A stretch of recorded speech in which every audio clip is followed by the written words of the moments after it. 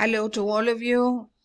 I want to welcome you to this new course that you are doing, and I want to welcome you to this subject, which is English Grammar 1.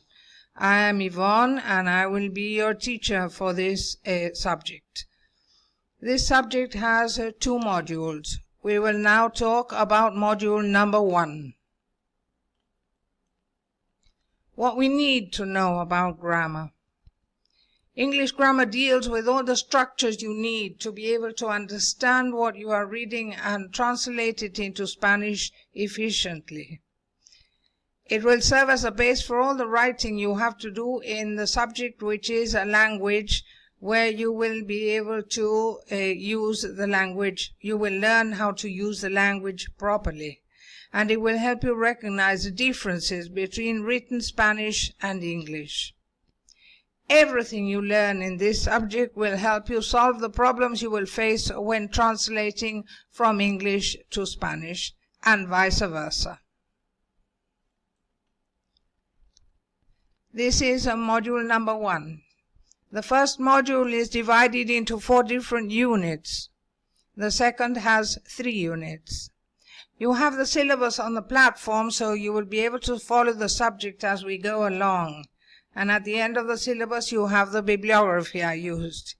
It is not necessary for you to buy any special grammar book, because in the virtual library you have Advanced Grammar in English that I put there, which is by Martin Hewings, and that has a lot of theory, and it also has a lot of exercises that you can learn, that you can do on your own, and because it has the key so you can correct them.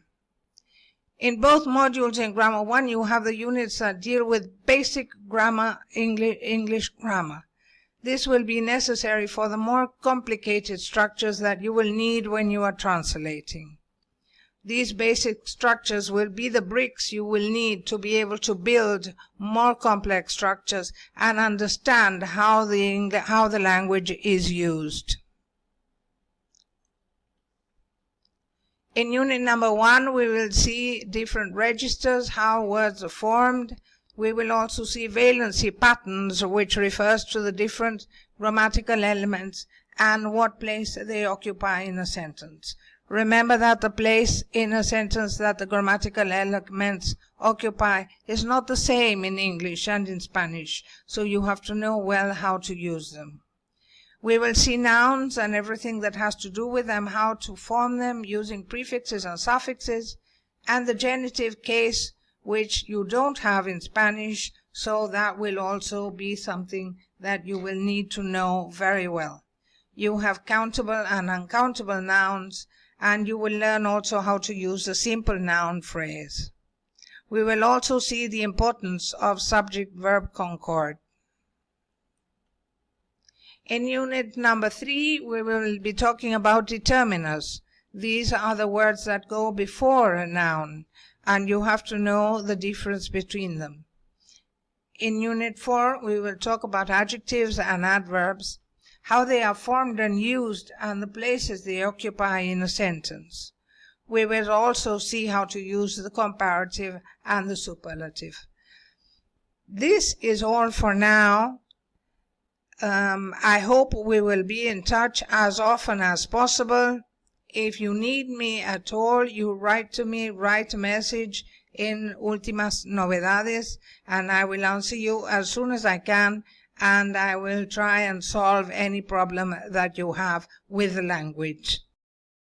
As you can see, now we are going to do English Grammar 1, but we are going to do module number 2. Here, as you can see from the syllabus, the most important thing that we have are verbs. Verbs in English are not the same as in Spanish. Remember that you have the regular and irregular verbs, and the tenses also change quite a bit. In English, verb tenses are few, but they are very, very specific. They are not the same as in Spanish. You can't use a present simple if you need a present continuous, and you can't use a present continuous if you need a present perfect. As we go along, we will see the different ways that the verbs are used. You have the tenses and you have the aspect. The aspect can be perfect or progressive. Remember that the progressives are the ones that end in ing. And the other part that you have is the voice, which can be active or passive. Remember that verbs always show an action, or they are verbs of being, which are called linking verbs. And so here you have them all explained. The irregular verbs are a lot, but try and learn only the ones that you usually use and that people usually use. Don't study by heart a long list of irregular verbs, because some are never used. In unit number 2, we have the modal verbs. The modal verbs in English are also quite difficult sometimes, because they depend a lot on who you are speaking to and what you want to say. Depends on whether you are angry, whether you are worried, whether there is a possibility. It depends on a lot of things, and the modal verbs are very specific also. Then we have introduction to prepositions, and the prepositions you are going to use for the phrasal verbs, which we have in this unit also. Phrasal verbs also are a lot, and it's not necessary for you to learn them all by heart, because you will see that there are some that are used more often than others. In the third unit, we will see coordination. And this means how to coordinate sentences or ideas. Yes, if you have two short sentences, you can coordinate them to make only one sentence, and that can be done in several different ways, which is what we are going to see.